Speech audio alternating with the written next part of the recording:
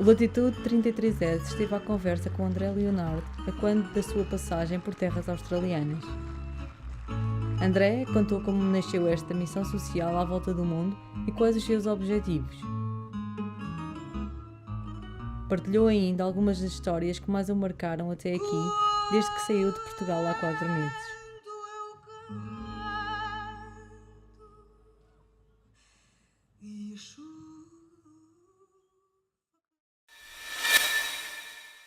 André Leonardo, o André intitula-se um sonhador, um aventureiro, um empreendedor. Como é que tem sido a experiência até aqui da sua aventura? Tem sido um bocadinho de tudo isso, um sonho, uma aventura. De certa forma também, como estou a conhecer muitos empreendedores, também acabo por recolher também um bocadinho de tudo o que eles têm. Tem sido para mim começou por um sonho, que depois se tornou numa aventura, uma expedição, uma missão, e é tudo isso. Quanto tempo demorou a planear este projeto? O projeto demorou cerca de 2 anos, desde a ideia, depois houve um projeto piloto deste, em que durante 6 meses o que fiz foi estudar em termos de empreendedorismo o que é que os Açores, que é de onde eu nasci, que têm de bom e de mal a nível de empreendedorismo, que áreas têm maior potencial, e fui aos melhores lugares do mundo, nas áreas em que os Açores tinham maior potencial, fazer também entrevistas, e tudo isso serviu de projeto piloto para esta expedição de 1 ano que estou a fazer agora. Foi uma questão depois de arranjar os recursos que necessitava. Tenho uma série de parceiros que são empresas de referência em Portugal, todas elas 100% portuguesas. Tenho uma série de padrinhos, que são pessoas que eu acredito bastante e que são os Fernão Magalhães e os Vascos da Gama de hoje em dia, em Portugal. E pronto, e depois foi uma questão de fazer todo o planeamento logístico e seguir viagem. Foi difícil arranjar esses patrocínios todos para lhe proporcionarem esta expedição à volta do mundo? Foi bastante difícil, claro que foi. Eu fui a 87 empresas e neste momento tem 9 patrocinadores, portanto são muitos nãos, mas quando se encontram empresas com visão como o Grupo Nabeiro, que têm coragem para apostar em projetos muito diferentes como este, tudo se torna depois mais fácil. Mas não foi fácil, obviamente, chegar até aqui. E como é que surgiu a ideia? Vem na sequência de algumas coisas que vinha a fazer. Eu tenho feito alguns, desde há 4, 5 anos atrás, que venho a fazer alguns projetos que visam promover o espírito empreendedor em Portugal, a organização de conferências, a criação de uma associação. E pronto, isto vem na sequência. O objetivo do projeto é dar a volta ao mundo, a relatar histórias inspiradoras de pessoas que fazem acontecer, de pessoas que vão à luta, de pessoas que não desistem.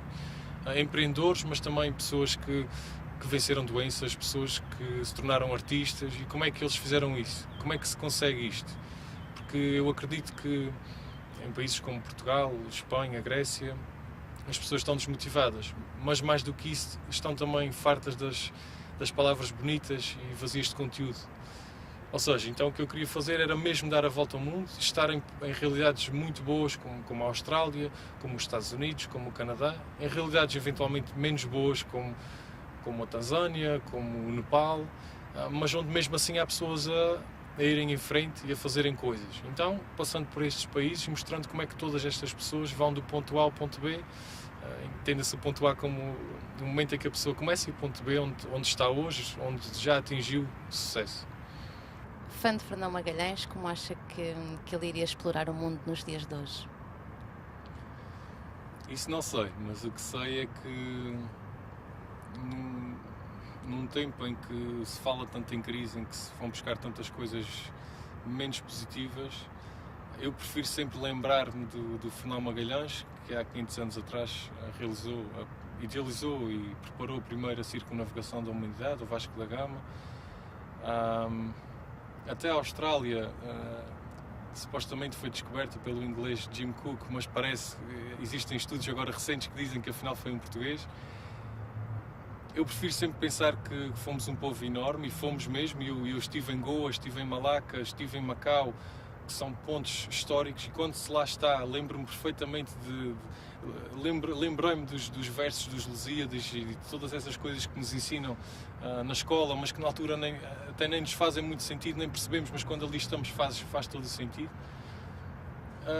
E eu prefiro também pensar que fomos esse povo há 500 anos atrás, mas que hoje também o somos. E aliás, como te referi há pouco, tem alguns padrinhos do projeto. Um deles, por exemplo, é a Sandra Correia, portuguesa. Foi eleita a melhor empresária da Europa em 2011. Tem uma empresa de cortiça. Foi a primeira pessoa que começou a utilizar cortiça para acessórios de moda. Está pelo mundo inteiro. Se esse não é o Fernão Magalhães de hoje em dia, então o que é? Se o comendador Rui Nabeiro, que leva o nome de Portugal através dos cafés, que para mim a bica portuguesa, o expresso português é o melhor do mundo, se esse não é o Vasco da Gama e o Fernão Magalhães de hoje em dia, então quem é? Quer dizer, eu acho que continuamos exatamente o mesmo povo, obviamente uma vertente diferente. Se calhar o Fernão Magalhães, como perguntavas, hoje seria um comendador Rui Nabeiro, uma Sandra Correia e muitos outros exemplos que podia dar aqui. Qual foi a pessoa que mais o marcou nesta viagem? Como te dizia, quando cheguei à Índia, tinha acabado de ser assaltado.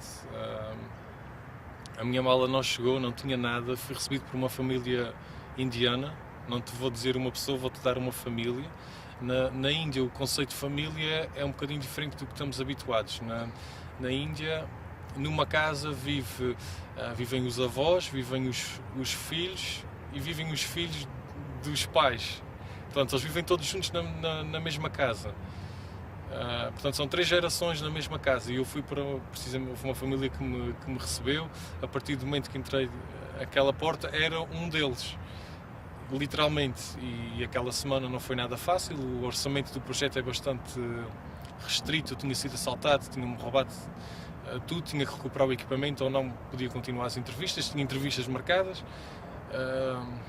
Não foi uma semana muito fácil, mas talvez a pessoa que mais me marcou, eu identifico não como uma pessoa, mas como esta família que me recebeu de forma fantástica, que me emprestou os trajes indianos. Eu andei 2-3 dias com os trajes indianos, foi bastante engraçado. Hoje dá uma história engraçada, mas na altura foi complicado, e também foi graças a eles que emocionalmente e fisicamente também me mantive ali uns dias, que me permitiu também pensar em algumas soluções para os problemas que tinham acabado de acontecer. Sentiu que poderia viver em algum dos países que já visitou?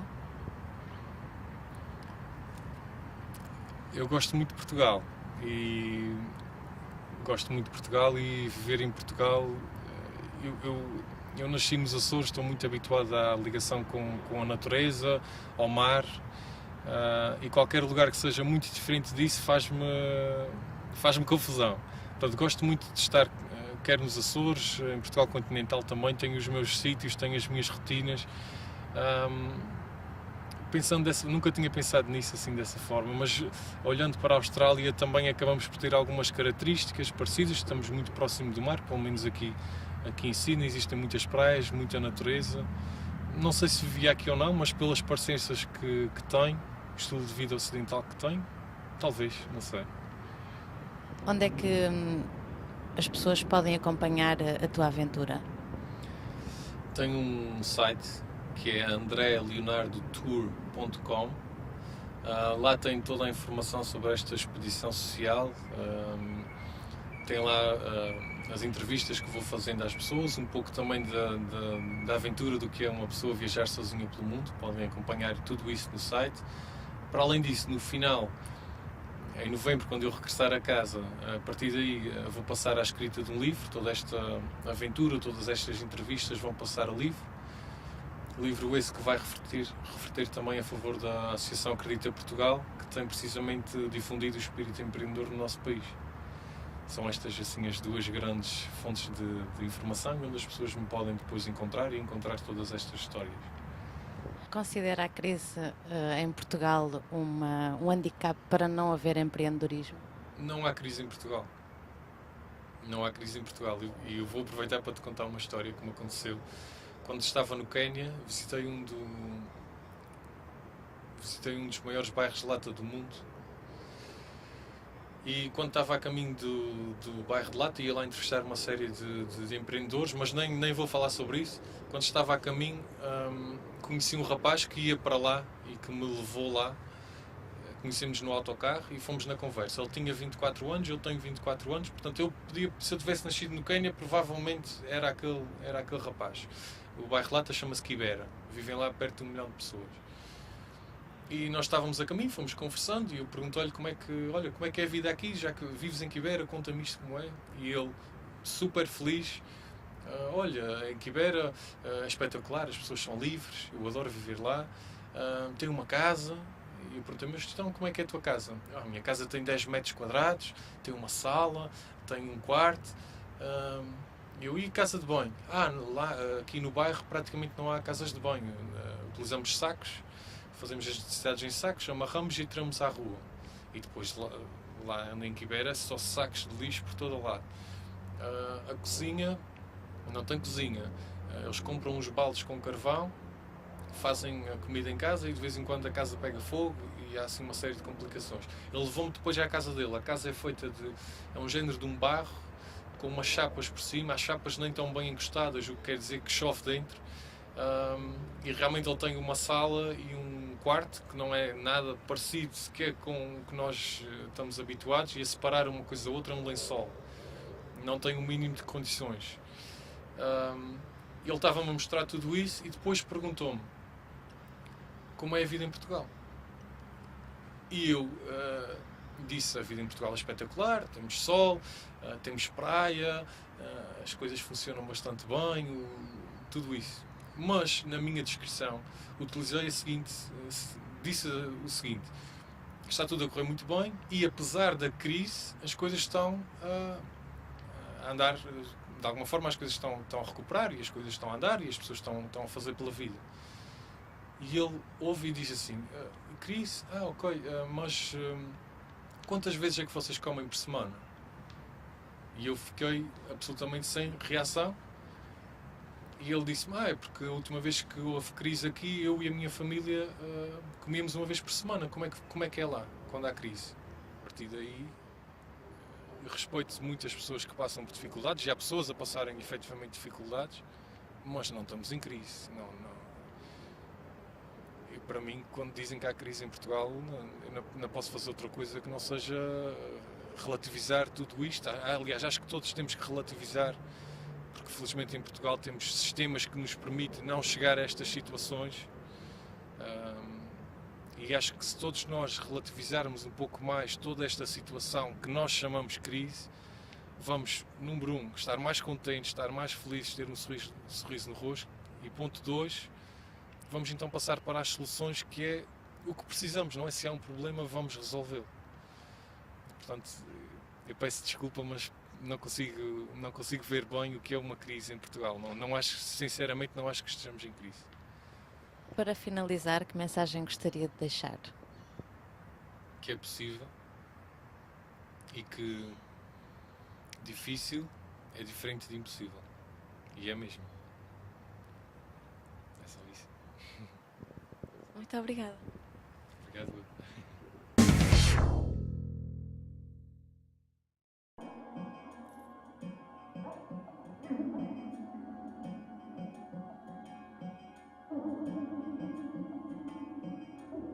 O Latitude 33S foi conhecer Frederico Pereira, engenheiro e músico em Sydney, que trocou Portugal pela Austrália há quase 7 anos.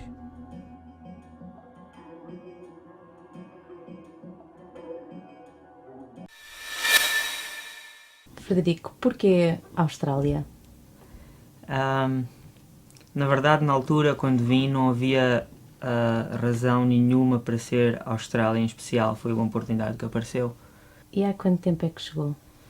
6 anos e meio, mais ou menos isso.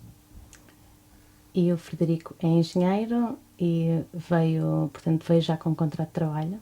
Sim, vim com contrato de trabalho, fiz as entrevistas todas a partir de Portugal, tratei do visto em Portugal, portanto quando cá cheguei estava tudo pronto e no dia seguinte comecei a trabalhar.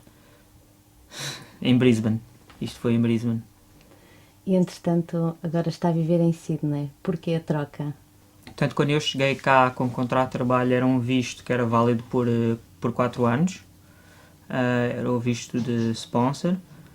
Portanto, durante esses 4 anos eu tinha que trabalhar para a empresa que me dava o sponsor. Portanto, não podia sair de Brisbane. No final de 4 anos renovei o visto e já não estava ligado a esta empresa e portanto, com esta liberdade nova decidi experimentar outro sítio e assim mudei-me para Sydney. Onde é que entra a música na sua vida? Há muito tempo atrás, provavelmente. Sim, há muito, muito tempo atrás. Portanto, quando eu era mais miúdo, 9 anos, coisa assim, comecei a tocar guitarra clássica com o meu irmão e com alguns amigos. O meu tio dava-nos aulas de guitarra clássica. Depois disso, acho que fartei-me um bocado da guitarra clássica, queria ter uma banda de rock. Portanto, formei uma banda de rock com amigos e a partir daí para a frente foi sempre ligado à música, ou com mais gente, ou sozinho, fazer música, fazer um bocado de rádio na faculdade, a pôr música em festas e estive sempre ligado à música, sempre. E vai deixar a engenharia para se dedicar à música? Fiz agora um break da engenharia porque tinha que produzir este álbum e esta série de concertos. Mas agora no início do ano vou ter que pensar o que é que vou fazer, porque é preciso de ganhar algum dinheiro e a música, no estado em que está agora, não dá dinheiro nenhum. Portanto é preciso balançar as coisas. Qual é o seu tipo de música? O espectro abrange muitos géneros daquilo que eu gosto, mas ultimamente tenho estado a trabalhar mais na música experimental. E como é que correram os concertos? Esteve agora em digressão pela Austrália, como é que correram os concertos? Correram bem, eu fiquei satisfeito, foi uma experiência ótima. O melhor concerto, no meu ponto de vista, foi o de Sydney, porque foi onde conseguimos ter mais gente. Nas outras cidades foram bons os concertos, as performances foram boas, os artistas que convidamos bons também, eu gostei, uns mais, outros menos, mas isso depende dos gostos.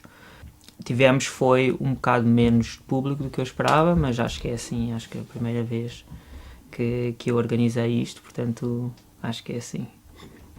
E quando é que vai ser o próximo concerto? Para o ano, no início do ano, em princípio. Este ano já não. Como é que se intitula o projeto musical do Frederico? Tem um nome engraçado, o nome é Maputo, que é na verdade o nome da cidade onde eu cresci, em Moçambique. Portanto, resolvi dar o nome a este projeto musical, Maputo. E quando é que vai ser o lançamento do primeiro CD? O CD vai estar disponível muito em breve, talvez 2 semanas mais. Vai estar disponível em formato CD físico e vai estar disponível também para download digital. Será a música um elo de ligação entre Portugal e a Austrália?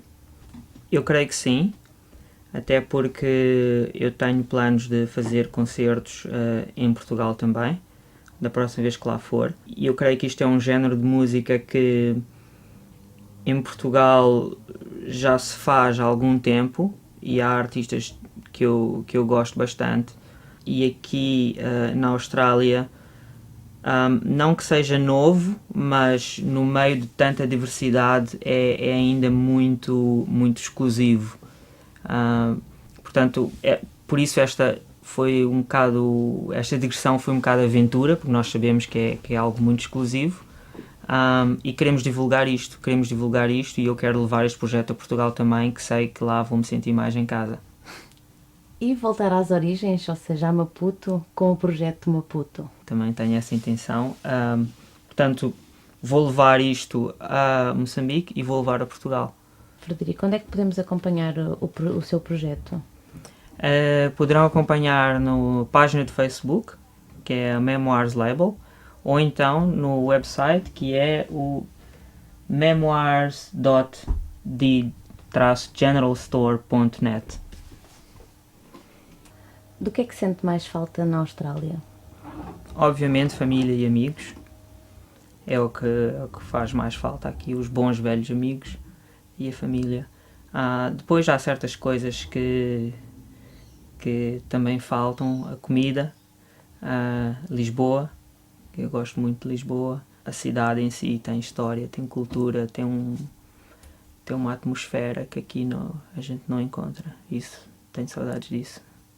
Tem alguma banda australiana com a qual se identifique? Com a qual me identifico, talvez não, porque esta banda que tenho em mente faz algo que eu não faço, mas é uma banda que admiro muito e foi uma surpresa muito agradável tê-los descoberto. Chamam-se The Next. O Frederico teve formação na área da música? Não. Considera-se um autodidata? Sim, tem que ser. Tem que ser, sim. Muita internet, muitos livros e DVDs para aprender a tocar e aprender a ler música. Um autodidata, sim. Engenharia, música, e onde é que ocupa os seus tempos livres? Tento fazer desporto nos tempos que sobram. Portanto, faço um bocado de surf, jogo futebol. Há muito tempo que já não jogo, mas gosto de jogar futebol. E como a gente mora aqui ao pé da praia, muitas vezes vou com a minha namorada correr ao longo da praia. Portanto, tento equilibrar a pausa na música e na engenharia com desporto e vida saudável. O Frederico vive em Bondi, uma das praias australianas mais conhecidas no mundo inteiro. Como é que é viver aqui? É bom. Acho que talvez não tanto por ser uma das praias mais conhecidas, porque isso, quando é verão, vem para aqui muita gente e é muita confusão. Mas na maior parte do tempo essa confusão não existe e é um sítio calminho e bom para se viver. Para mim, principalmente por estar ao pé da praia, o que traz esse elemento mar quase no dia a dia e isso faz com que eu me sinta bem. Mas no verão é uma zona muito confusa. Na altura do Natal, na altura do Ano Novo, é confusão a mais para mim. Portanto, eu tento não chegar muito perto, mas é bom. Muito obrigada. Obrigado.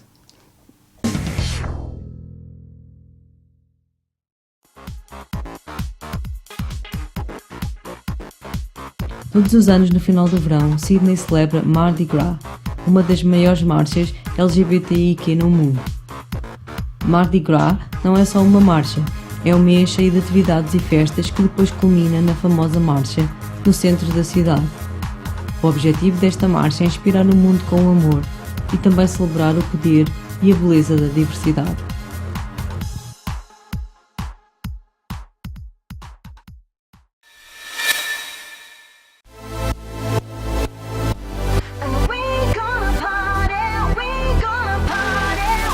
Got my girls, got my Prada, looking like $1 million. Got my heels, got my swagger, and I'm looking like no other. Cause tonight is the night that I wanna just let go. Hear the music playing real loud, gotta get on the floor. Don't hold back, lose yourself, let the music take control. Don't look back, it's your night, we're gonna party like never before. We're gonna party like never before. We're gonna party.